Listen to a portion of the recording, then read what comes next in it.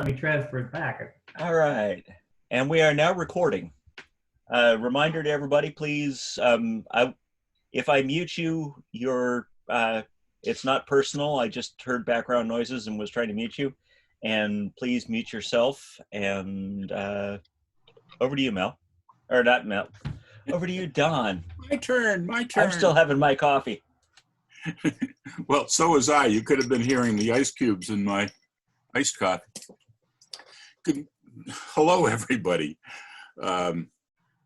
It's nice to have you here. Some faces we haven't seen in a while. Hi, Tom. How are you doing? This morning, we have what I expect will be an interesting talk.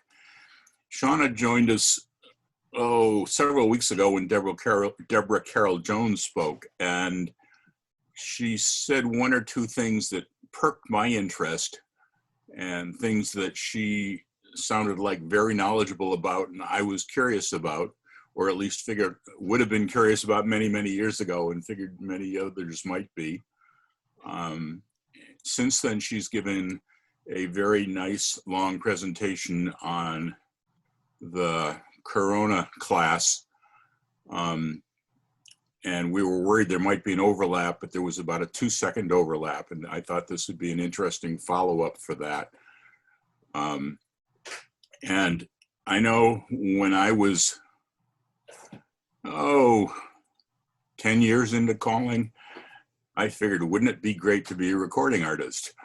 And I had no idea what that was all about. And eventually I looked, after some vain attempts on my own, some producer asked me, we're looking for a new guy. And Earl Johnson said, you might be a good one. Are you interested? And then I had to learn about finding studios and recording in studios and recording without dancers and whether it was worthwhile financially and all these other things that I thought some of you may be interested in. And Shauna has a really good grasp of that. So she will be doing a short presentation and then taking all your questions, which probably have nothing to do with what I've been thinking about, but that's okay.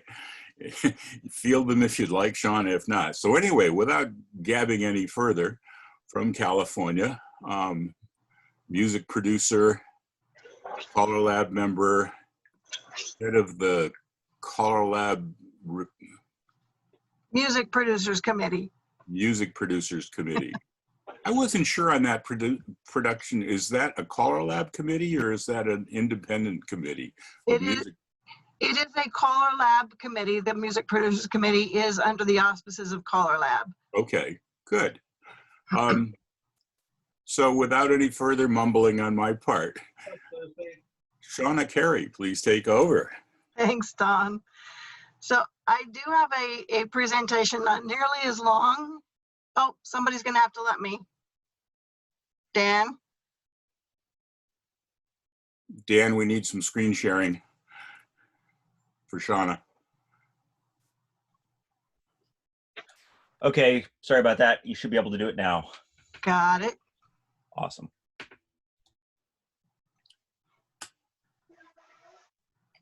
All right, let me know if you can see it. Yep. Excellent. So I don't know how many of you attended the class session or watched the video. This is like Don said, just a little bit of a crossover there. He wanted me to talk more about kind of what he said. 10 years in, he thought maybe he'd want to record. So we're going to cover what I think he wanted, and then anything I missed, you guys can just dive in.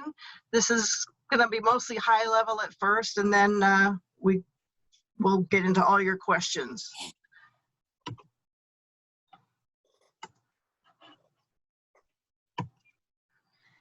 So if you want to record, the first question you have to ask yourself is, are you ready for this?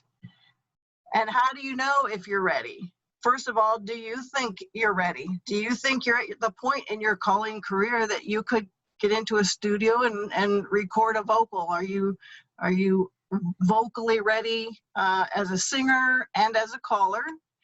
And if you think you're ready, get a second opinion. And who do you go to for that? someone you know well. You don't want to ask a stranger. You might want to call a music producer and say, hey, but if they don't know you, they won't have the answer. So go to someone you know well, someone that you trust, someone who wouldn't know something about it. And it has to be someone you trust to tell you the truth, even if the truth is you're not quite ready. Here's what you need to do to get there. And why is it important that you're ready? If you record before you're ready, it could do your career more damage than good. And the reason for that is recordings don't go away, especially in today's world with YouTube and Facebook and all those things. A recording doesn't go away. Even if you think you deleted it, somebody captured it somewhere. So if you're ready, what are your options? How do you get there? And this is the piece that overlaps. I talked about this just a little bit in the other presentation. You could start your own label. I did, lots of people did. You could go to one of the many pay to record options that other labels are offering. You could do what Don did. I think Don said he started calling around and asking, or that you could patiently wait for that invitation that Don finally got. Calling a producer and asking doesn't generally do anything other than make them aware you're interested, and they might start listening to what you're doing. Patiently waiting, you might be waiting a long time. You got to let somebody know you're interested.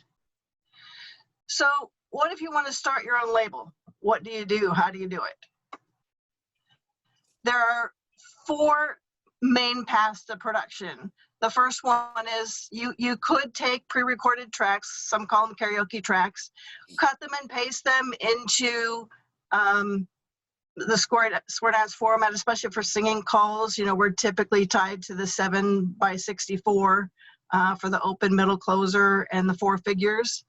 There are legal paths to do that. If you want to do this, you want to make sure that you've done it legally with all the right licensing. If you have questions about that, Dan knows it all. He's done all that research. He's waving there. He has done all that research. You could also, if you've got some musical talent, you can do it yourself. Computer and MIDI and digital tools are fantastic these days. You do have to have some musical skills. You've got to know how to work a keyboard, and you will want to add some live instruments. Pat Carnathan is a good example of this with Shakedown Records. From the bottom up, Pat puts all of that together, and then when he gets to the live instrument phase, he reaches out to Jimmy Mack, who is a skilled guitar player and engineer, and Jimmy will usually at this point come over to Pat's house, and they'll finish with all the live tracks and do the final mixing. But if you've got those musical skills and you understand music theory and how to put that all together, you could do it yourself. But the right tools are going to cost. You know, the software is not cheap, and the computer tools that you need. A lot of producers, and this is the category I fall in, use a combination of digital music along with live music overdubs that go over it. Digital music is not just using MIDI created instruments anymore. They're using live samples, and so strings and horn sections and all of that can really be replicated with these actual samples of the live instruments. But you just can't digitally, in my mind, really recreate. Some instruments just don't work. Single horns, saxophones, guitars, mandolins, banjos, those stringed instruments are just tough to recreate digitally, because there's so much the musician can do on a horn. There's swells and things. Same with fiddles, and there's just things they can do live that you can't replicate digitally very well. And then the last one, which is probably the most expensive, you can go into a studio. Royal still does this. Once a year, they go into the studio. They're there for 2 days. The first day, they're working out all the arrangements. And then each of the musicians goes into a separate booth, and they record the whole thing all at once. And they knock out 7 or 8 songs in a day and a half. And I've seen pictures of this. I've never seen it happen, but I would love to be a fly on the wall and watch that happen, because those guys know what they're doing. They can knock that out very quickly. the producer has to be ready with the arrangements and all that going in. And then if you're starting your own, so what you have to choose which path you want to go to. And then you've got to think about, what do you want to call your label? Is the domain available? Now I got to get a website and a store to sell my music. And I've got to think about mechanical licensing. And wow, I got to join that clearinghouse so I can reserve my songs so nobody else releases the same one right when I'm going to. And how am I going to market this? And shoot, do I need a staff? And how do I pick a song? And well, now I've got to arrange it. And what key do I put it in? And where do I find an engineer? And all this takes time and money. And my advice is talk to others who have done it, especially those that in your mind you have done it successfully. Ask them how, what would they have done different? What do they think worked the most? This last bullet here, this is why when you do a pay to record option, it's actually cheaper than to start your own label, because all of this, and Dan's nodding his head a little bit, he's been still waiting to open your store, right, Dan? Because it's a lot of work to get all that stuff done, and it takes time. So that is one option. Then you've got pay to record options, and I listed 4 options here. And the reason I listed these 4 is because these are the 4 that reached out to me when I sent a note to producers and saying, hey, I'm going to do this presentation. What do you want me to say? Do you want me to talk about your opportunities? So under the Fine Tune umbrella, Rick Hampton has Gold Wing, and melded into that is Sharpshooter, and a new option he has coming up called Happy Tracks. Wade Driver with Rhythm Records has Lone Star. Don Wood with Lumac has R&D recordings, and Scott Bennett, Crest Acme producer, has Peak. I'm sure there are others who didn't reach out to me when I asked the question. I've seen things happen on A&S Records and some of the others, but I don't know any of those details. So I'm sharing what I do know just to give you an idea of what to expect if you wanted to take this path. And I see some of you on here, John Sloper and Denise have taken this path or just starting on it. So in alphabetical order, Gold Wing with Rick Hampton as the producer. Here's what opportunities he has. First, an audition is required. He wants to listen to see if you can sing. Can you carry a tune? Can you call? And typically he would like you to send an MP3 of you doing a singing call. The cost, this is his most recent cost structure. He would like you to make a 3-song commitment. It's $11.50 for 3 songs. You've got a 12-month period to pay and cover that. Or if you just want to do one song is going to be $4.75. What do you get?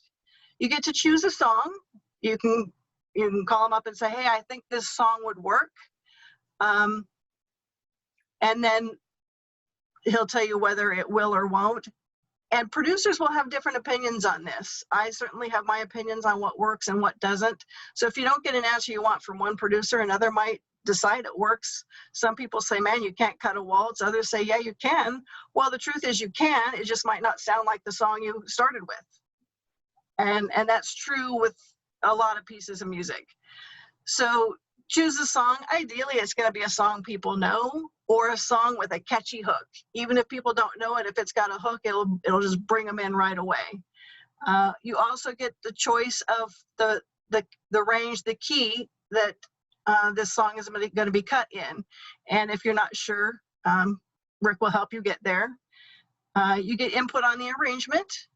By arrangement, I'm talking about what part of the song goes in the opener, what part of the song do you use in the figures, what part in the middle break and the closer, and how much of an intro and outro, for lack of a better word, what goes where, and what pieces can you use, and if they don't cut easily into 32 and 64 beat sections, what can you do to make it work? Because there are things you can do, and if there's a certain piece that you want to make sure doesn't get cut, you'll have input with that.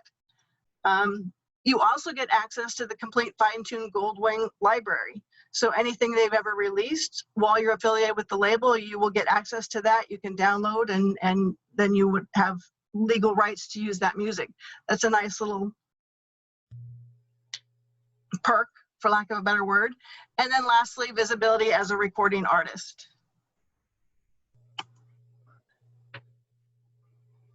And the vocal recording is included if you attend the session in Ventura. Otherwise, the vocal recording would be an additional cost. And there is no cut of sales offered. And you say, man, I spent that money, why don't I get back? Go back to the other slide with all that work that the producer's doing that you really had it pretty easy and didn't have to do. So Happy Tracks, this is Rick's newest one. He has not quite launched it yet, but he's getting ready to. This one, he's not going to require an audition. If you want to record, you can. The cost is going to be $350 for a single song. And what you get, you're going to get a choice of song from a provided list he has. These are going to be re-releases of music that has previously been published under any of his musical umbrellas that he's getting ready to re-release with new vocals. You won't have input to the arrangement. Why? Because the music is already done. The pitch shifting opportunity is not going to be great because, again, the music's done and you don't want to damage the quality of the music. You could probably go up a half step or so either direction. You will get complimentary copies of all the fine-tuned Goldwing Sharpshooter releases while you're affiliated with the label. So you don't have the full catalog, but anything they release during that time you're on staff, you would get complimentary copies. And again, visibility as a recording artist. And same thing here, vocal recording is included if the artist attends the studio session. Otherwise, it would be up to you, and no cut of sales. So with Lone Star, and these are going to look a little different because I got the information in different formats from each producer. For Wade, $500 per song. These are his bullets. Collaborate on song selection. He has the final decision. The label provides arrangement and a recording of instruments. You record the voice, and if you record the voice in Houston at his studio, he pays. Otherwise, it's going to be up to you. He would provide coaching and direction throughout the process. You don't get money back, but you do get the publicity of being a recording artist. Moving on to R&D with Don Wood. He is with Lumac Records up in Washington. Again, Don tells me he requires an audition. Again, just send an MP3 of you doing a singing call. All this information I'm showing right now comes directly from the R&D website. Single song, you have options. A single song is $500, 2-song package $900, 4-song package $1,500. It includes the music instrumental provided by Nashville Studio. You'll get the final MP3 mix. He will give you a label badge and also 500 business cards. So you can hand them out saying, I'm a recording artist. Generally, the songs are completed within 2 months. He didn't say much about the vocal recording, so I'm just going to say you will need to coordinate that vocal recording with Don Wood and get the tracks to him. I think it would be up to you to get the studio and get that vocal recorded. And this is where Don differs. You will receive 50% of the net sales of your songs on an annual basis. And then the last one I have information for is Peak Recordings, Scott Bennett, who produced Crest and Acme. In his case, the artist pays the actual production costs. He doesn't have a set price, but whatever it costs to produce the song you want, that's what you're going to pay. And he will give you the actual invoice that comes from the studio. You will get to collaborate on the song selection and arrangement and the key with, of course, final decisions in Scott's hands. Vocal recording is included in the studio invoice if you go to Houston to record. So you would pay for it, but it would be all in one invoice. Scott does have the equipment to record vocals himself. So if it's, if you're going to be in the same geographic area, he would be happy to come record that vocal for you and give you coaching along the way. You will also mentor as described, as much as you want during the process. With this, no money back, but you do get that publicity. So just what do? You just decide you want to do that. I bought in. What should I expect? Well, that depends on where you bought in. With Lone Star and R&D, both you get the collaboration on the song selection and the arrangement. The music for these two labels is typically recorded at Circle F Studios in Nashville. They will have the complete music track sent to you after it's finished. You will do the vocal recording, and we'll talk about that later. The vocal tracks will be sent for the final mix, and then they'll release your song. They'll do a Facebook promo. You'll get copies. You can share all those links, tell your friends, and all of that fun that goes with it. With Peak, again, collaboration on the song. And this is a case where they do the digital and the live. So the first thing you're going to get is the rough track. And what a rough track is the rhythm track, the bass. There will be some MIDI instruments, maybe MIDI guitars or whatever. And the reason we do that is it gives you a chance to review the arrangement and the key. And is this right for your voice? And if you have changes you want to make, this is the time to do it. When I talk about changes, I'm talking about, hey, Scott, this arrangement isn't working for me. I'd rather have this in the middle break. And he'll tell you if that will work or if it won't. And if it won't, he'll tell you why.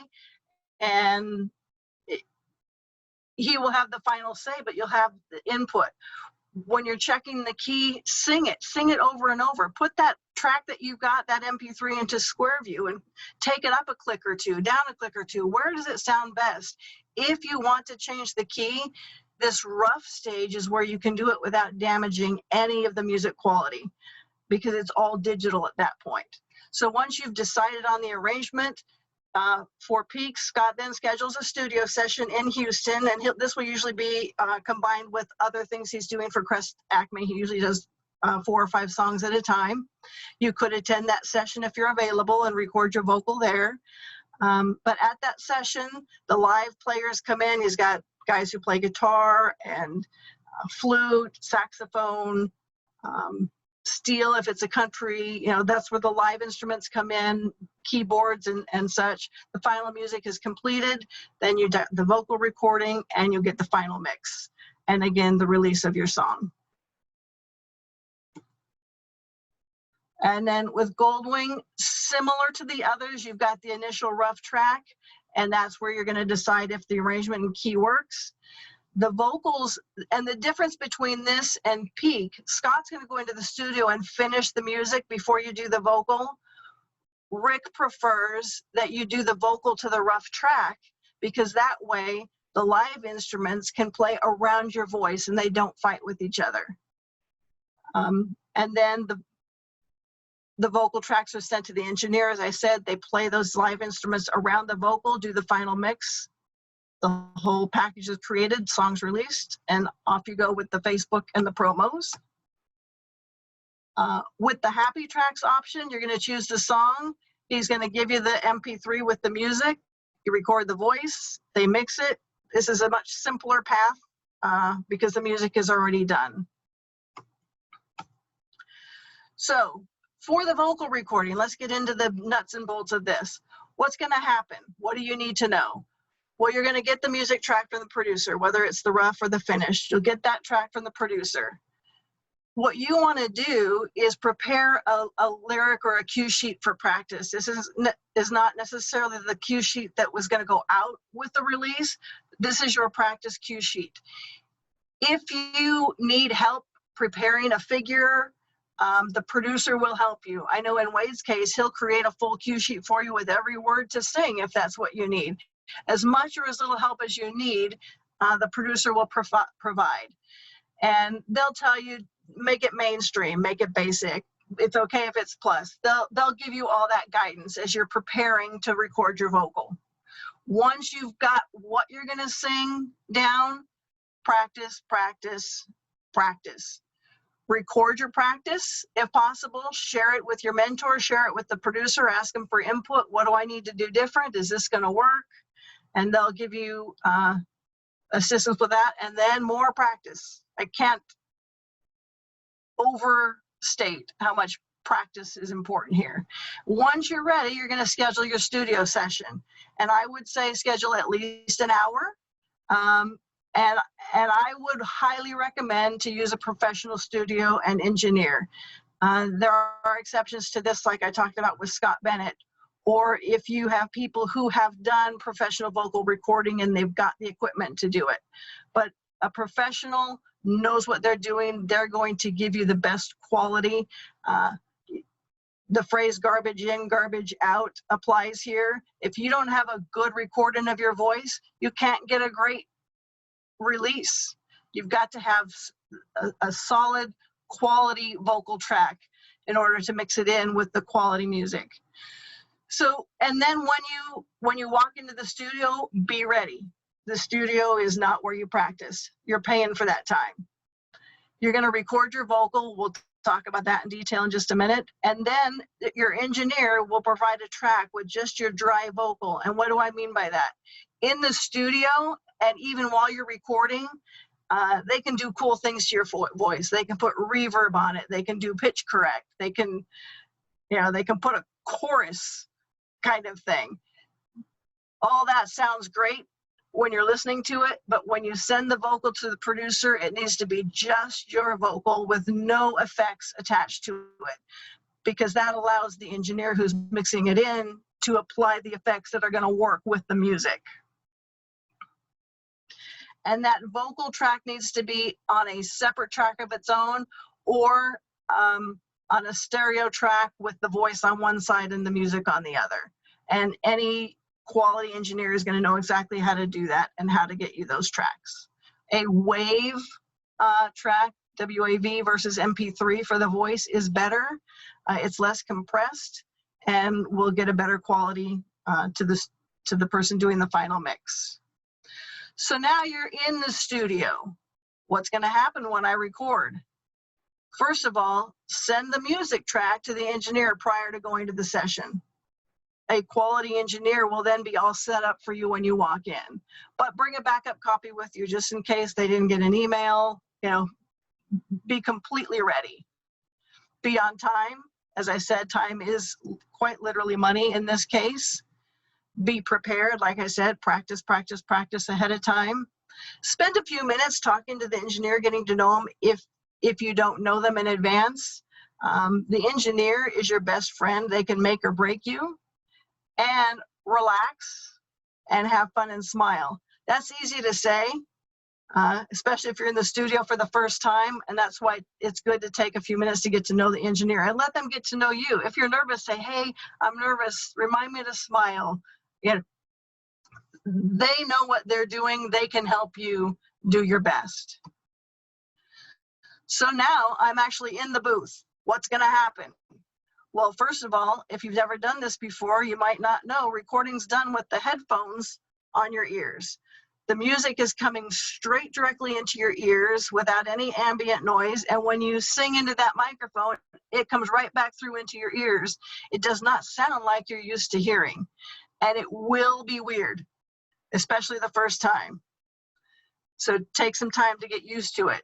As I said before, engineers will typically add a little reverb to your voice in the headphones. Why do they do that? Because it makes you sound better, and the more you hear you sounding better, it's going to give you the confidence to do better. Some will even put a little pitch correction on. They can do all that and make it magic in those headphones. So you're hearing the best you possible as you're recording. But as I said, it's not going to sound like what you're used to hearing. Be prepared and just go with it. Once I got used to it, I found it was actually easier to sing that way. As I said before, smile and relax. This is fun. It's not the dentist chair. It's not the doctor's office. We're doing this because it's fun.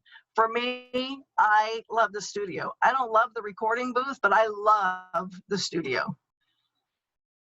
When you're in that booth, always do a run through. The engineer is going to want you to do some tests anyway while he sets the sound levels. But say, let's just do a run through, just kind of a scratch vocal, and make sure he records it, because sometimes you accidentally get it right. And if he wasn't recording, that would not be fun. If you make a mistake, you don't have to go, oh, I made a mistake. Just keep going. Just get through, get used to singing. Because when you're done, they can punch in and re-record a single word, sometimes even a single syllable, a line, and they'll help you. The punching in is a great thing in the booth. And when you're done, listen all the way through. Make sure you're happy before you leave, because you can't fix it later.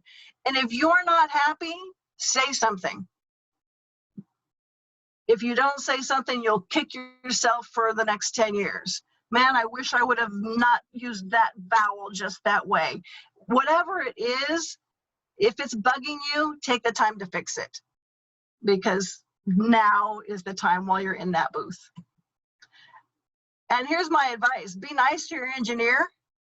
They can make or break you. I always bring munchies. My engineer is well fed every time I come into that studio. And if he's working, I'll even open the bag of chips and set it next to him, and he'll continue working while he reaches over and starts eating. Take care of your engineer, make friends with your engineer, and they will be your best friend. So you've done all that. I'm a recording artist. Now what? Well, you can add recording artists to your website and your business card. If you went with R&D, you'll have a business card that says you are. Chances are more people will hear you call, especially those who are on Facebook. Those recordings are going to be out there. They can be shared in multiple groups. They will be shared in multiple groups. You can share with your friends. More people might recognize your name, particularly other callers. Don mentioned to me when he talked to me about this. I didn't really know you were on the radar until I started seeing your name on the recordings and with Chic and that. When your name is out there as you're releasing things, other callers are going to take notice, because other callers are the market for square dance music. You're trying to sell the music to other callers. Does it translate to more and bigger gigs and festivals for most? It really doesn't. Why? Well, as I said, other callers are the market for square dance recordings. Festival bookers aren't. Now, there is some crossover. I've had some people who said, a particular caller really likes some of the things I've done and recommended me, but it's still going to come probably from a caller than an actual booker. Festival bookers are vetting callers by their performance on the stage. How are they on the stage? How's their choreo? How's their showmanship? Man, they sound great on a recording, but I need to see what they're doing on the stage with a crowd, live versus Memorex, so to speak. And at the end of the day, is it worth it? Was it worth it? That's a question only you can answer, because it's your investment. You're the only one who knows what you get out of it. And I think everybody gets something different. I know what I get out of it is, as a producer, I love the studio. As a recording artist, frankly, I would just rather just be in the studio recording background vocals and recording other people, but occasionally I have to get in there and sing a lead. And I do enjoy that. I've gotten to the point where I do, but that was not easy for me at the beginning. I would much rather help other people and sing the background vocals. But I love the production process, so my investment is worth it to me, but only you can decide if it's worth it for you. And that's the end. Lots of stuff.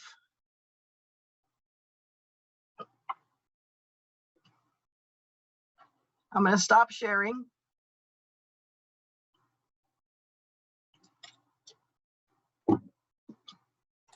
Don, you're muted still. I saw that. The lips are moving, but I don't hear you. Isn't that an advantage, though? Shauna, that was great. A good presentation, a lot of background. Not sure what I was expecting when I asked you to do that, but you did it and more. I'm hoping others found it interesting, and I'm going to start with the first question. Okay. You mentioned it briefly, but how do you choose music to do? Old, new, what have you? I know when I did mine, I did 3 records for 4Bar B. I chose one of them. They chose the other 2 because I couldn't come up with anything. They said, we've got this and this recorded, pick one that you like. And I picked one of their 2 or 3 that they had recorded. I had great feelings of what I wanted, but I just couldn't find how to pick the right thing to go with.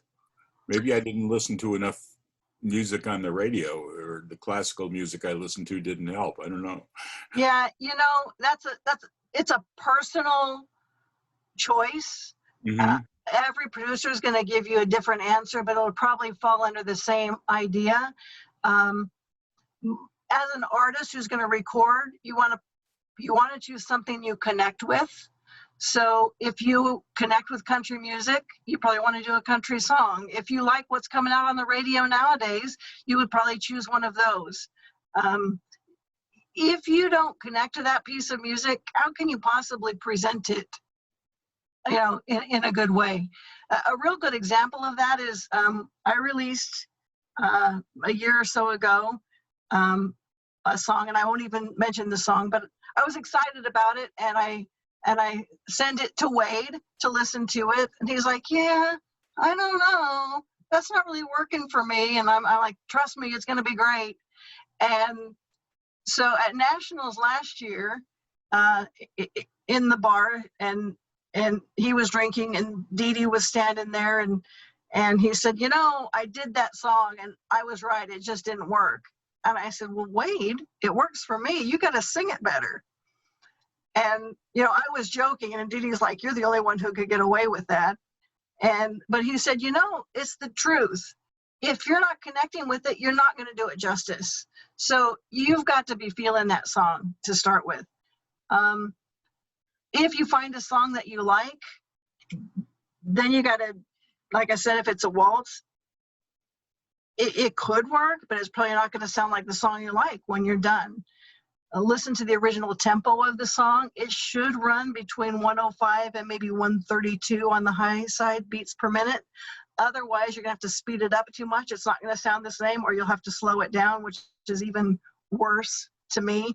A lot of my quote unquote rules I learned from Vic. I spent many hours in the studio with Vic when he was working on music production with Shakedown and Fine Tune. And of course he helps me with Chic too. And slowing something down, especially on a real familiar song, people are going to go, man, this used to groove. It's dragging a little. It's going to feel different to them. Speeding up works, especially if it's not lyric heavy. If there's a lot of lyrics and you sped it up, now you're really struggling to try to get all those lyrics out. So those are little secrets. As you're listening to it, does the verse and the chorus break into 32 and 64 beat sections easily? For me, how do I choose a song?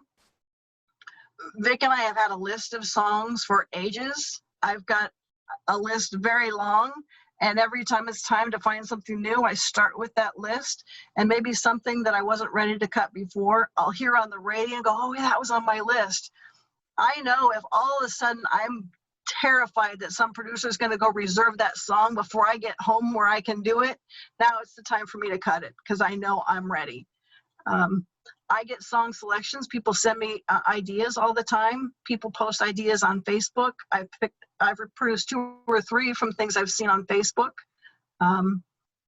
So it's kind of personal, but when you're looking for yourself, look for things that you like, you enjoy. I don't think you'd want to go listening for something new if that's not what you listen to. If somebody shares it with you, go, oh, that's got a hook, that works, great. But you've got to personally connect with it. That's just my advice. So, come on, guys, questions. Phil looks like he's waving his hand at us. Oh, yeah, I've got a couple for you, Shauna. I've just recently connected with Rick Hampton, by the way. And we're negotiating things. But a couple of questions I have first is, when you're reserving a song, if you come up with a song in your head, like I did at 3:30 this morning, right? When should I contact him and say, hey, can you reserve that? As soon as possible. Because if it's one, what you can do is you can look and see, has another label cut it already recently? The first place to look is Music for Callers, because that's where anything that's currently available. So you can search it there.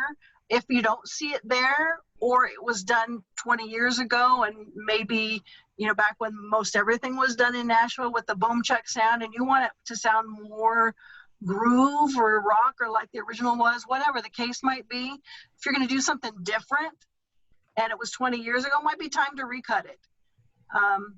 If it's not on Music for Callers, I always go to cedar.net second, because their database is vast. And you can even hear snippets. So I'll go, and When I released Smile earlier this year, that was a case where nobody had done it for a long time, but there was a couple done many years ago. And I listened to it and I said, that's nice, but I'm going to do something very, very different. So I didn't feel bad recutting it because I knew it was going to be very different than what was out there already. Right. And my second question is, and this came up yesterday at a dance I was calling at, I've kind of taken it upon myself to rewrite songs with COVID lyrics. Right. Is that something that I should be copywriting? Oh, I don't know. I can speak to this a little bit. Yeah, go ahead. Yeah, so anything you write is copyrighted. As soon as you write it. As soon as you write it. Well, as soon as you fix it. Yeah. But you can only sue for damages that are incurred after the time you register it. So if somebody is taking your lyrics and making money off of it, and then you need to go register your lyrics with the Library of Congress, and then you can sue for damages that occurred after the time you registered it.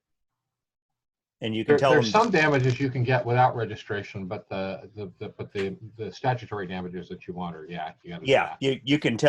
you can tell people to stop before, just on basis of having written it. So the question is, what do you want to do with that, and how much value do you think it has, and is it worth registering and all of that rigmarole? Anyway. Yeah, well, from what I heard from the people, they really enjoyed this one particular song that I did, and I'm even entertaining the idea of getting Rick to record it. So I'd cut a YouTube video, see what you can get off that. The matter of just producing the onus of proof of what you are the actual originating artist makes copyright infringements a lot easier to track.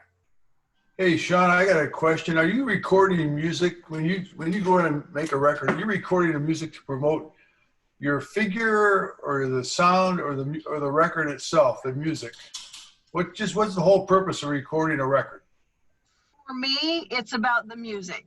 I personally don't care what figure is on the record. For Chic, we will typically use mainstream figures because there are a lot of callers who just look at the cue sheet and use that figure. So if I put a plus figure on it, a mainstream caller may not want to buy it, where somebody who calls plus would probably be able to translate it to a plus figure. Because we're doing a male and female key, sometimes we'll have two different figures. In some cases, I'll tell one or the other, hey, go ahead and make it plus. And that way there's two options for a figure. I'm not selling choreography. Really, for me, it's about selling the music. And I will do whatever I can to the music with background vocals, getting the best vocal track from the caller I think is going to do the best with that song. When I choose who's going to sing a particular song, I'm choosing the artist or the caller who I think is going to connect with that song, because I want to sell the music, and a good vocal presentation will help do that. A good figure may help do that, but for me, it's about the music. That makes more sense. I can't see, because you never go to a square dance. Usually they play the record verbatim, so Right. it's mostly all just the music. And I guess the better the recording, the better the music sounds, the more people buy it, right? Right. All right. Thanks. Shauna, just a comment. You mentioned it a couple of times now, but it's the term of song reservation, which is something which is a bit awkward for especially a lot of new people that are starting to record. I've done a few things with Tracy and a couple of others, but it's looking at that, finding information out from studios on song reservation. Now, I believe your group, your Caller Lab, is dealing a little bit with that, or is there a contact place to go to say, right, have any studios reserved this song for their upcoming releases or anything? When I'm talking about a reservation, it is specifically the Music for Callers Clearinghouse. It resides on the Music for Callers site under the music producer tab, but you do need to be a producer with a login to view the clearinghouse. Yeah. So if you want to know, reach out to a producer. Just ping me, hey, is this song reserved? I'll look and tell you. It's a very simple thing to check, but you do need to log in. It's not a public list. Yeah, and so just a follow-up question on like music for callers. You've also got squaredancemusic.com and as you mentioned already, CedarNet's listing. They don't always jive. Is there going to be any synchronicity between these, or is it still individual by the website hosts? Because they're owned by different people, you can only synchronize so much. Yeah. And each has a different purpose. Yes. Cedar.net, their purpose is to have a vast database of anything ever released and by who and who recorded, and here's the cue sheet. And if they have access to it, they've got little sample, 30 seconds, 15-second recording samples. Yeah. So if you want to know, has this been done, when and by who, that's where you go. If you want to know, hey, is this song available currently? My first stop would be Music for Callers, because that one is almost all the producers are associated with that one, and you can find a link to their site. Now, in my other presentation, there's a lot of information about the clearinghouse and that site, so you can go find that and watch it. I won't give it all here. But it is up to each individual producer to provide the database of their music so that it gets into the search fields. So if something's missing, ping that producer and say, hey, when are you going to send your list to Lawrence, the webmaster? It's not up to Lawrence as the webmaster to go search and add things. It's up to the producer. They're the ones trying to sell the music. And then squaredancemusic.com, that belongs to a label owner. That's Tracy's, and that houses his particular labels. So you're only going to find Tracy's things there. Same thing as if you went to chicrecordings.com, you're just going to find my music. And Tracy belongs to the clearinghouse, so you will also find his catalog and links to his site on the Music for Callers. So Music for Callers is an umbrella because there isn't a one-stop place to buy music. Music for Callers is the best we've got at this point to say, I want something from Chic, I want something from Fine Tune, I want something from 4Bar B. You can find what each of those has under the Music for Callers umbrella. Hey, Shauna, how many people out there are recording music that is original, that they've done 100% of their own, and they don't have to worry about getting any licenses or anything like that? For Square Dance, not a lot. I know Don Wood just did one. He had written a poem. I hope I'm not stepping on him. He had written a poem and he sent it to Jimmy Mack, and Jimmy Mack wrote the music for it, and they created a singing call. It hasn't been released yet, but that, as a producer, my opinion is the more well-known a song is, the better chance it's going to sell.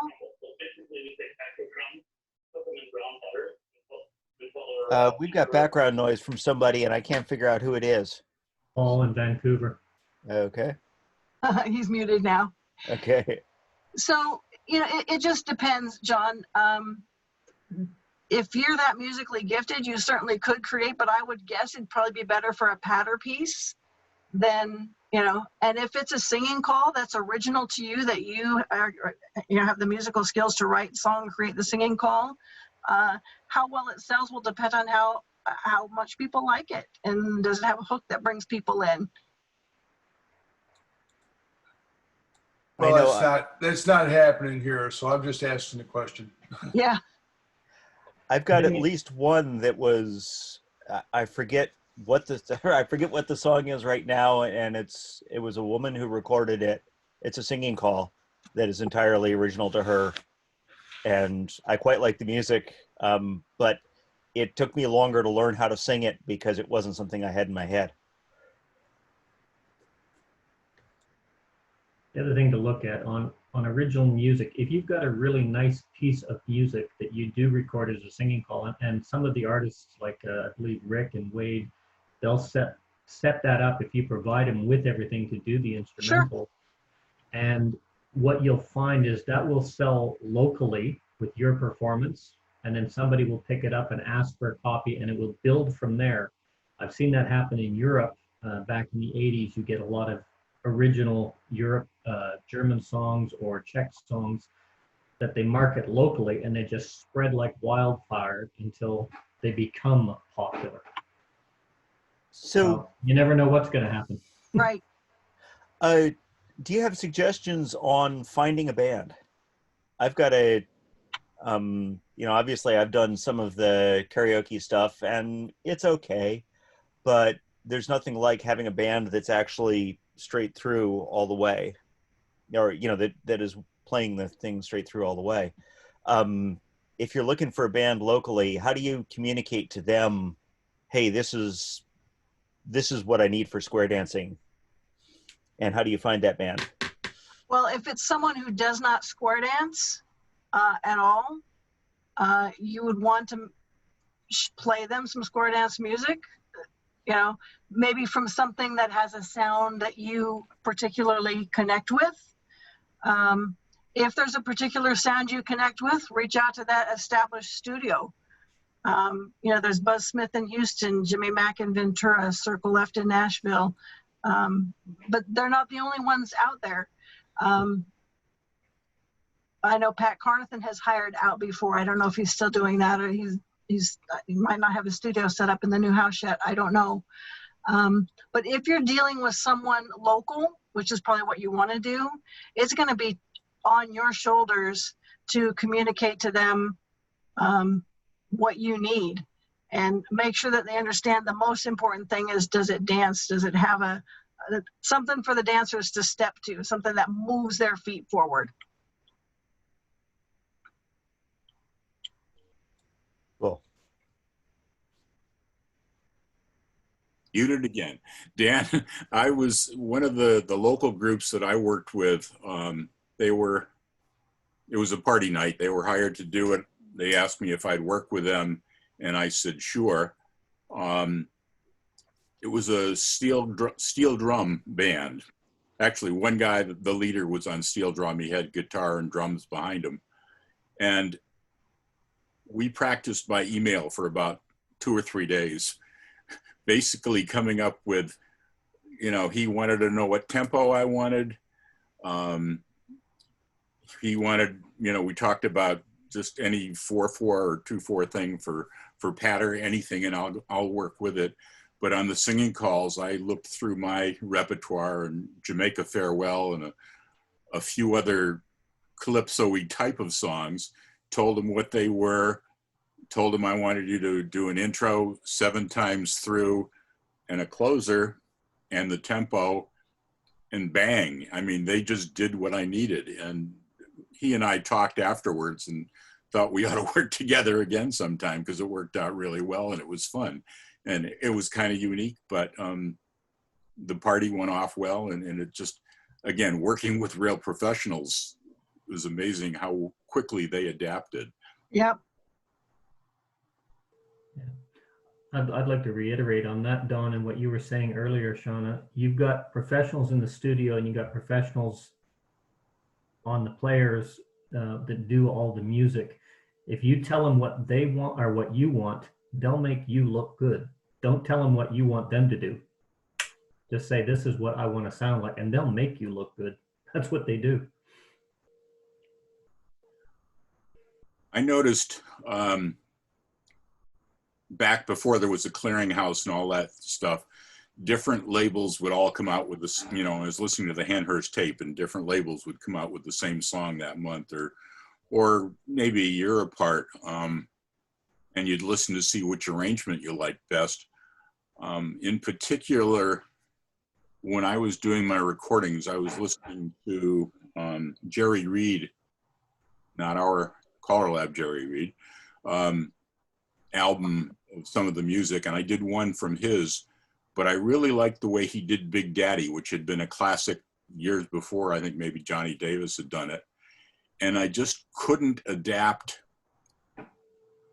Jerry Reed's exciting version of Big Daddy to the old, was it Gren? I don't know what, music. And eventually somebody else came out with the same song, and I don't remember what label it was, but it was an orange label. That cuts it down to about 5 or 6 or 10. And boy, that just fell right into place with Jerry Reed's version of Big Daddy. And so the arrangement made a whole difference as to whether this a usable song or not. So I You found in the corners too, and then four ladies chain. you get Sorry, that was me. Sorry. your own dance going there, Mel. Anyway, I'm guessing that one of the things you might want to do then is if you find a song you like and it has a particular flavor, if you send that on to the producer, they could work that particular version in so that you could get the feel of the original one. Right.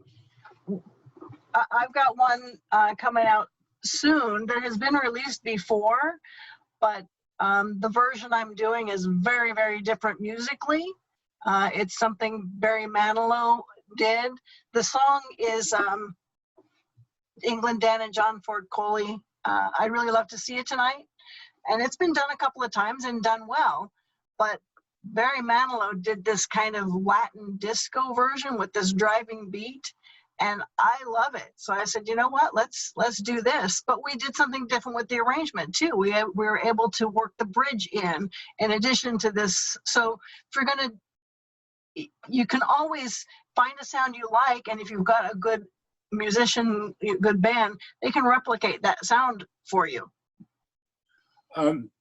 Quick question, I think, quick question, I hope it's a quick answer. Let's say, Shauna, that some label comes after you and says, you know, we've heard you doing stuff and we thought you'd sound good on our label. What kind of deals do they do for you? I mean, when it happened for me, I didn't have to pay anything. I may have had to pay studio time, but I think they reimbursed me. But all they did, they gave me a pile of records. I don't remember how many. And I could sell them.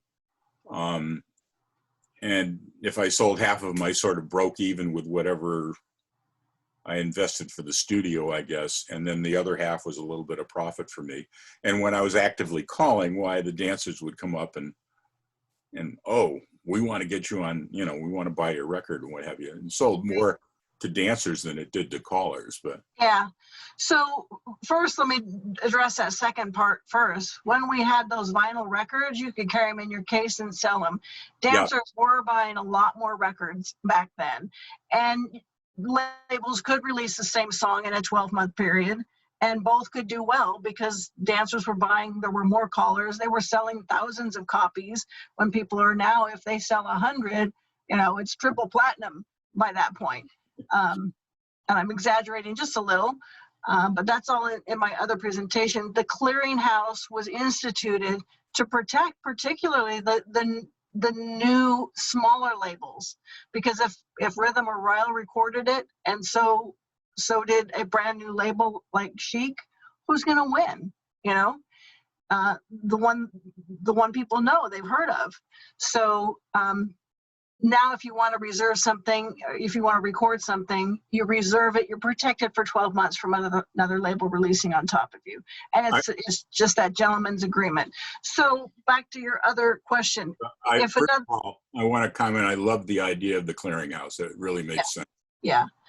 And as long as I've been involved in production, it's been there. And so it's what I know. And it does work.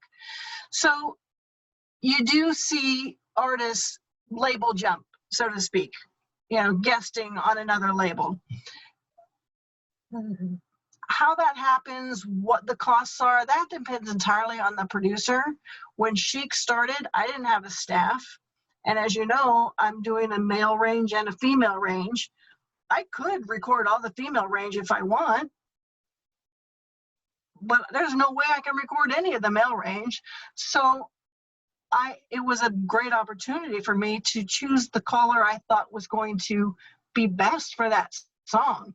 And I reached out to a lot of different callers because they were my second favorite. And because my favorite also recorded for me too. But they were doing, in my mind, they were doing me a favor. And I would do everything I could to help them. And if they went to the studio to record, I would offer to pay those fees because it was my label. This was my baby. There were some artists, callers who said, oh, come on, it's not that much. I got it. I'm not going to let you pay. and I appreciated that, but I always offer to pay. But I've been asked to do vocals for other labels, and for me, I'm going to go to my studio with my engineer, and if most of them don't volunteer to pay, and so then it depends on how much I want to do that vocal, and whether it feels like a good song for me. So it depends on the label.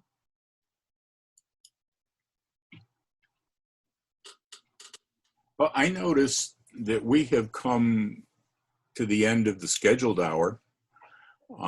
So I want to thank Shauna a whole ton for doing this.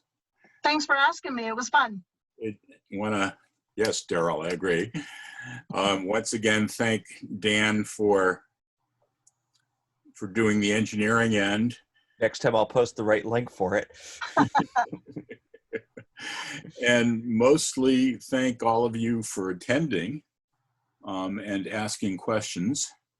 Well, we're up to 35 people, which is, I think, our second highest, and I thought it would be pretty good. You know what that tells me, Dan, is that people, despite you misleading people, have been smart enough to figure out how to get there.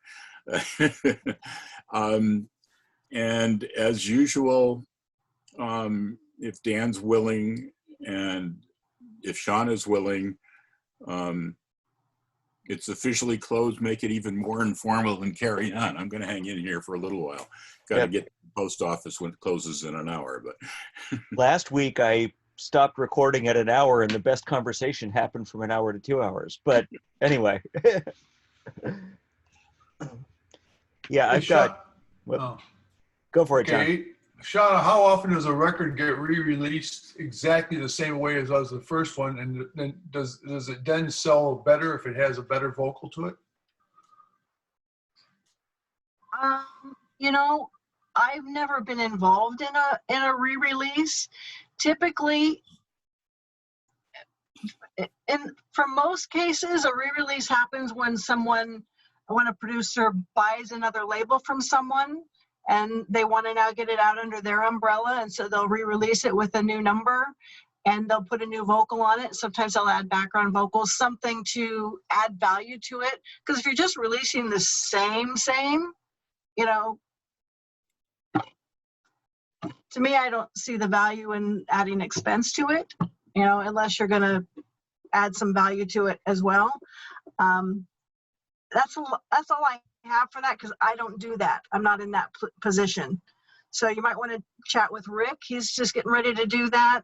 Buddy Weaver has done that. Bob Elling has done that. They've purchased other labels. And I think Tracy Brown, too, have purchased older labels. And then they're starting to get that older music out again with new vocals.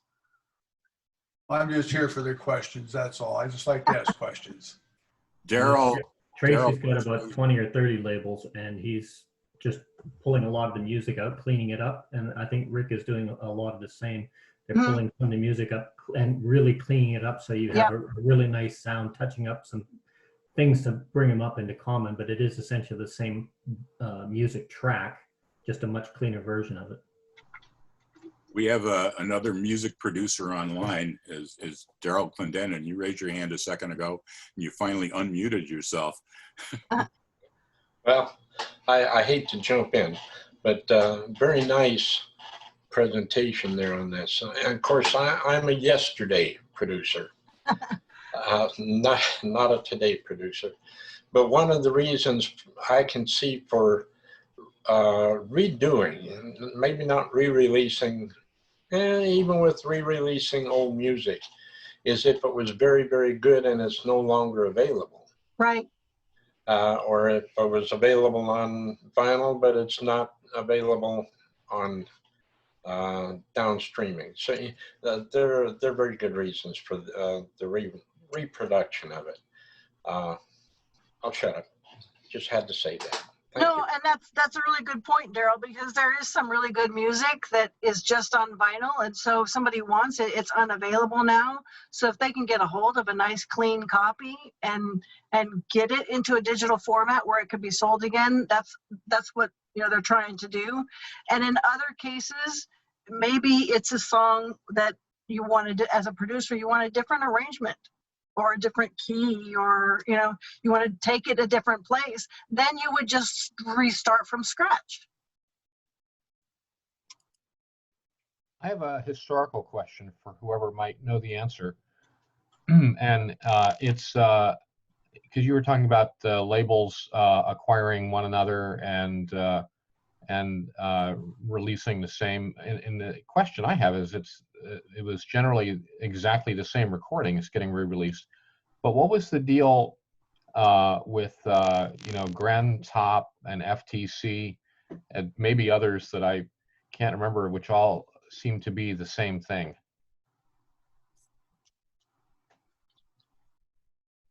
You're referring, Chris, to labels and sub-labels. I know. Well, were they sub-labels? See, I don't know. I'm just curious what was going on there. Good question. I know that, as Shauna was saying, some of the things like rhythm and what have you have your pay-to-play sub-labels. I think when I was recording for 4-Bar B, they had a similar sub-label that was just as good music, but it was not as good a deal for the caller, kind of thing. I'm not sure, but the difference between Top and Gren, I used to think of Gren as the better name callers. Top is the pretty good name callers, and eventually they came out with FTC, full-time caller. The recordings I'm thinking of they didn't re-record them. It was the same exact recording. It just seemed to get released over the years under different labels, and I was just curious what that was all about. You know, if it was the same owner, I don't have an answer for that, unless they just wanted to put a new vocal on it, and so they were trying to make it seem different by putting it under, you know, slapping a different label on it. I don't know. There was a period where labels would come and go, and they'd be picked up by somebody, and there was some really, really good music. And as Daryl was saying, there was some really good older music that wasn't available, or it was ceasing to be available. So that track was picked up by the new label. And that's actually exactly what's happening again. In some cases, there's some really good music. Like, I believe Tracy owns Top, Gren, and FTC labels right now. And there was some really good music on all of those. And probably that music will come out again with the same music track because he now owns it. He may just get somebody to do it. That's exactly what I did with the ones that I was doing. It's just putting new vocals on updated or cleaned up music. So that's probably what happened back then. It's just a re-release of old vinyl on the same tune. Daryl, you were around back then. Tell us I'm from back then. Yes, and I had 2 labels.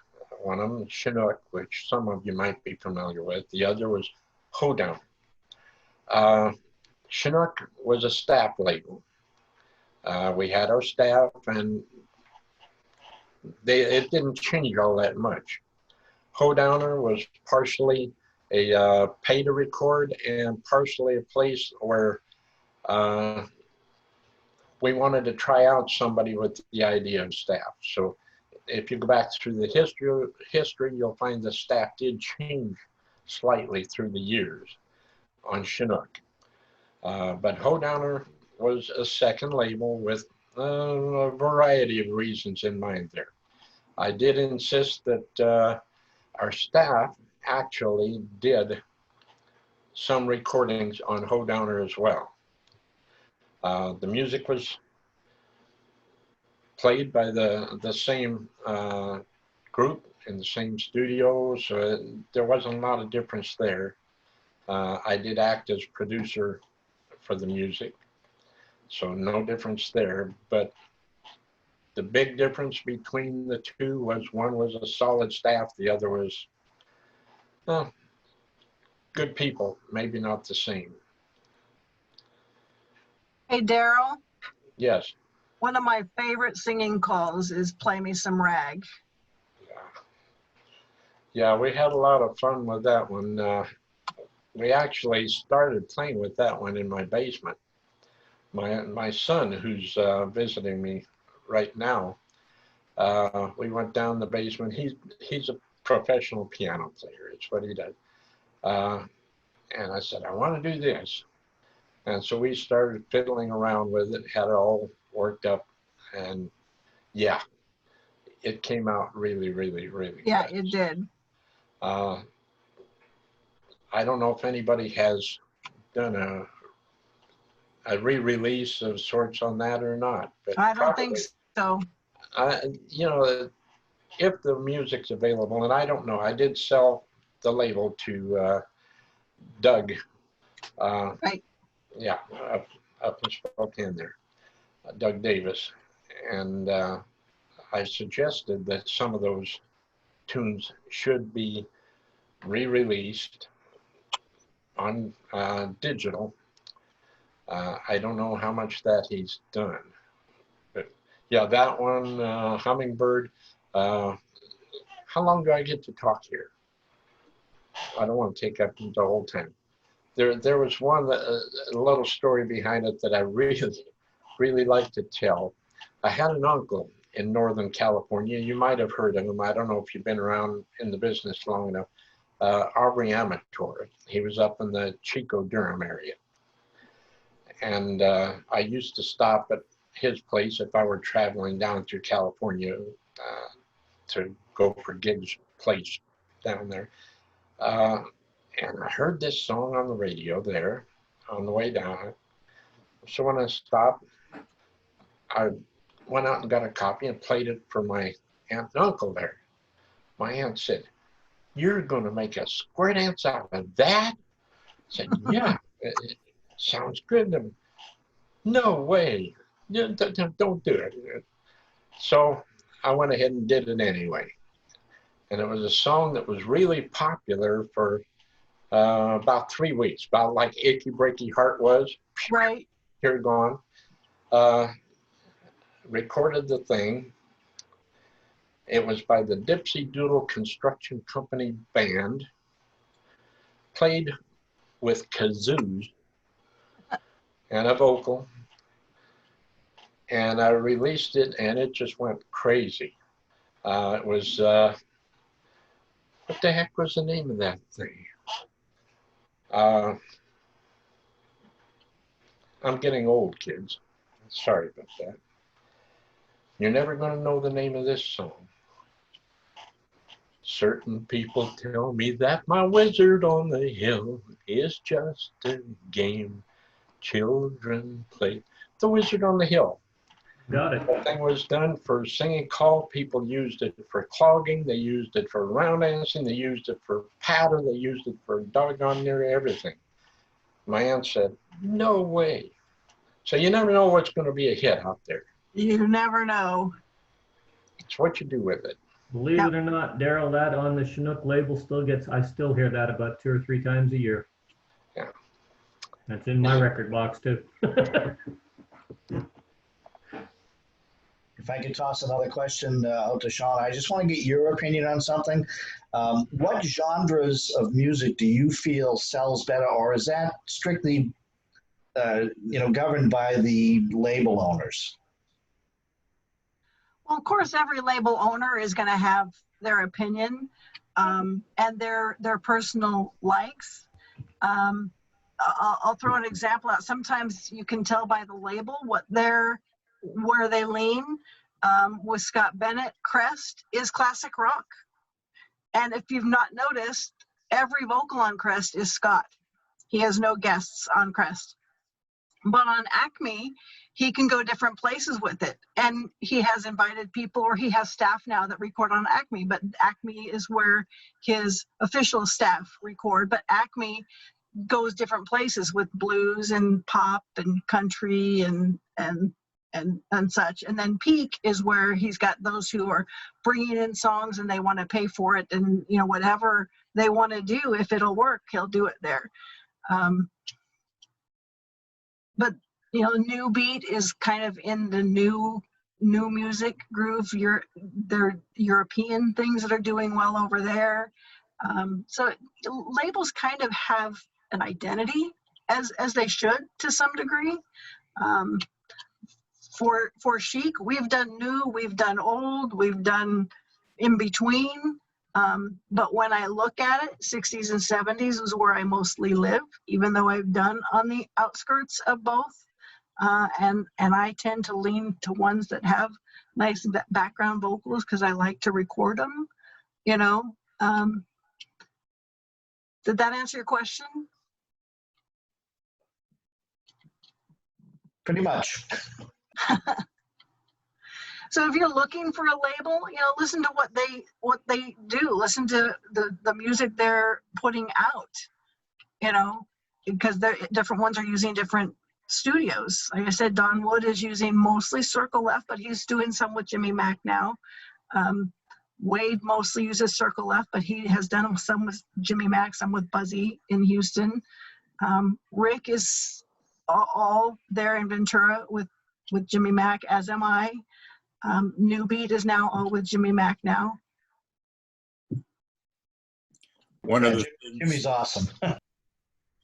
As a caller, I enjoy the variety of a bunch of different genres when I'm doing a dance, to get variety and keep the dancers entertained by having a large variety of genres of music and just to change the mood back and forth and maybe even surprise them. Oh, this can be a square dance too. So then, as Shauna said, you go to a bunch of different labels to make it happen. Sure. And, you know, someone very wise said to me once about a dance, you're not going to please everyone all night long.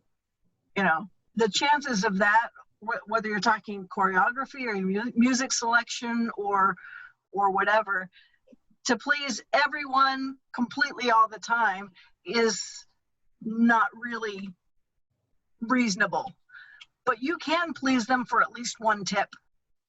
So if you create variety in your music, in your choreography, in your presentation, you have a better chance of reaching more people.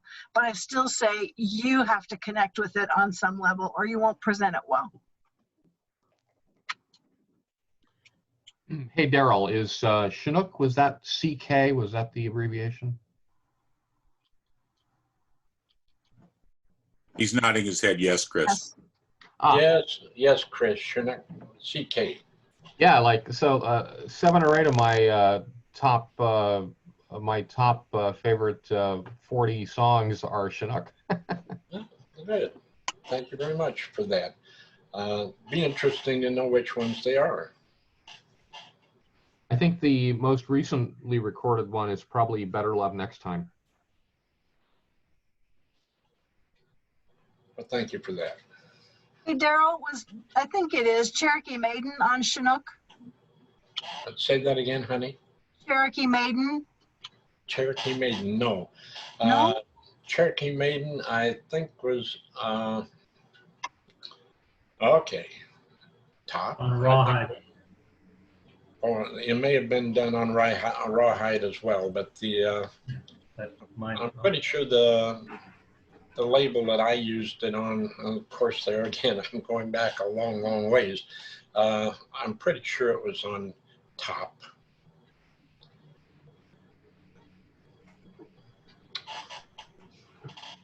So Cedar.net has it on Bogan, B Sharp, Chaparral, Hi-Hat, Rawhide, and Swinging Stars. And okay. Who else? Okay. I'm sure it was Chaparral. Vic does one, or he did one before he went on sabbatical, and I loved it. You gonna chime in, Vic? Yeah, it's on Chaparral. The one Okay. we use. C, not CK. C, not CK. Okay. Which is our oldest daughter's favorite singing hall. It is. Yeah.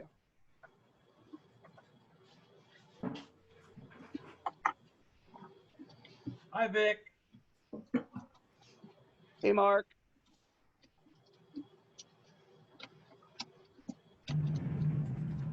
Vic, did you have anything to add that I missed? That I misstated? Me? No, you never. I do. Hey, one thing that I would answer, I can't remember who was asking the question. I don't think it was Don. It might have been Don. how can I choose songs? And you mentioned that you go through the vetting process. Do you want to mention the things that we say no and yes to? You know, we don't do waltzes, we don't do fast two-steps. They can be translated, but they sound completely different. We do boom chuck 2/4, we do 4/4 rock, and we also do chaws. Those seem to be the three best translatable. The other thing is 12-bar blues translates, but that's only 48 beats. So you got to repeat the last line when you do that twice. Which often works, especially if you're doing a swing and promenade once and then you can sing it. You know, there are ways to get around that. Right. I have a question which might be more of a trade secret that you might not want to say. But, and also, I had to step out at the beginning of the thing for about 5 minutes, so it's possible you mentioned it up there. But as far as what the producers do for, and the labels do for licensing, is it only the you know, one license from Harry Fox, and what kind of you know, what kind of money are they talking about? How are those structured? Most producers these days are using easy song licensing, which is it's an umbrella website that will get the licensing for you, and they will license whether you're going to do digital releases, CD releases, you know, whatever, and you pay by the amount you think you're going to sell. So if you, and they often, when you get on their mailing list, they often have 15-20% discount windows. But to license for 100 downloads, to sell 100, it's going to run under $25. So it's not outrageous. But that license is just for the one producing, and the license, it's a mechanical license to create a recording of that song and sell MP3 downloads for that many. So it has nothing to do with performance, it's for song creation. You can also go through Harry Fox, but Harry Fox is more expensive, and easy song licensing will do the job. Cool, thank you. Chris, if you haven't had a chance, go listen to the COVID class that Shauna did, and it covers that kind of thing in a lot more depth. It was really, really good. Oh, that might have been in there. I forgot. That was that class presentation. That was great. This is a great one too. Thank you. You were, as I was hoping, that there would be basically no overlap, very, very little, and I think this filled in the blanks nicely, and the kind of thing people are interested in. I know I enjoyed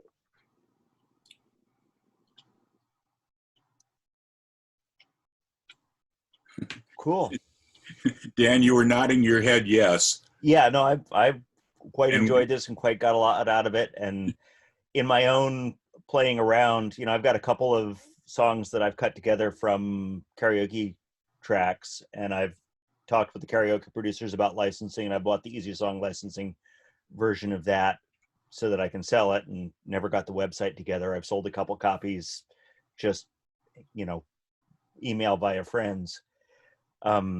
It's good to hear the rest of this, and as I become a better caller and listen to more of what I've cut together, I'm starting to think more about trying to find actual bands to put together versions of some of these songs. And yeah, I was about to tease you, Dan. You were nodding your head up and down, quickly went and unmuted yourself, and the nodding came through much louder. It was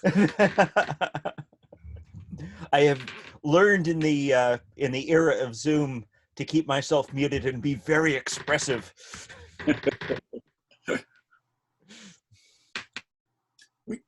Yeah, I wish I had learned that before I started playing some music in the background. Sorry about that, by the way. I wonder if we could get a presenter to do how to do Zoom properly. Yeah, when any of us figures that out. That's what I was going to say. Yeah, as soon as somebody First step, post the right link. Yeah, that helps. I actually I may have mentioned this before, but I did see somebody, I just happened across a YouTube video of a woman that normally does makeup and all sorts of personal presentation stuff. And she did a session on, we're all on Zoom now. These are ways to look better at Zoom, during Zoom. And I found quite a few interesting things there. I also had my wife listen to it because she does a lot of Zoom meetings for work. And one of the first things that this person spoke about in length, and I've done quite a bit to try and fix what I had originally, was to get good lighting. As I look around the faces on this thing, some of you are well lit and some of you are good silhouettes. And that was a difficult thing. The other thing that is, oh, that makes it worse for you, Mel. It just got too bright. One of the other things is to remember to look at the camera on your computer. My eyes don't normally open anyway, but right now I should be open eyes, but I'd rather look down at you people, and of course it looks like I'm falling asleep up here. One of the things, Dan, that I was wondering, you're more into the technical world. When are they going to come up with a screen that has the camera in the middle of it, looking through the screen? I've been wondering about that, or just, the Matrix effect, where they took a ring of cameras and then interpolated the video. If they can just put a camera at the top and the bottom and do some fancy software, having something where you can look in would look really cool. So anyway, if any tech company wants to hire me to implement that, I would be happy to implement that for them. So now y'all know why I didn't turn my video on this morning. Why was that, Tom? Because you didn't want to look at the camera? No, it's just the way I look this morning. My hair's not combed. It's terrible. I actually combed mine one day instead of just letting it do its thing. And I think it was Mel said, "Oh, you got a haircut." And I said, "No, I just flattened it." But that's why I put a hat on. I found that I've been having fun trying to find good backgrounds also, because that makes a difference. The first scene from the island I thought was a pretty picture that I had taken 8 miles from here, and ended up having a sailboat mast coming out of the center of my head. Hey, Tom, good morning. And so it's interesting that what makes a good picture ends up being something where your face in front of it doesn't interfere with the mess in the back. There's a lot to it. It's kind of fun. Been learning a lot.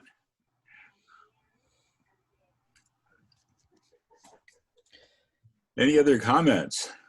Actually, it's up to you whether you want to. I'm going to have to leave. I've got stuff that was supposed to be delivered last Tuesday from Amazon, and it finally got a pink slip in the mailbox today, but they didn't have it at the post office yesterday. So I have to go. They're only open till 1 o'clock. Well, normally this is where I would, where the actual newbie callers start to ask the questions and things get interesting. But I think I'm going to stop the recording now. Everybody is obviously willing to chat for as long as possible. Shauna, you did a nice job. Yeah. Thanks, Thank Tom. you. Yeah, I just want to say thank you very much. When I had a few issues trying to get things downloaded here overseas and whatnot, you were very helpful. Got it through very, very quickly, and thank you very much for that. Thank you. Yes, thank you, Shauna. A lot of valuable information there from you. Thank you. Thanks. And if anybody wants a copy of the presentation, just email me and I'm happy to send it to you. I've had a couple asking about it. So I assume Dan will be posting it as usual, posting it also. I will post the video, and Shauna, if you want to email it to me, I will put it on alamandleft.com and post a link to it. Perfect. Awesome. Once again, thank you, Shauna, for accepting the challenge and following through beautifully. Once again, Dan, for engineering. Is that the right word? I guess so. And It works. you guys for coming, hanging out. New people that have joined us just for this special one. I hope you guys find some of our other ones interesting too, or I'm still open to suggestions of what people would enjoy. With that, I gotta go. See ya. See you, Don. See you, Don.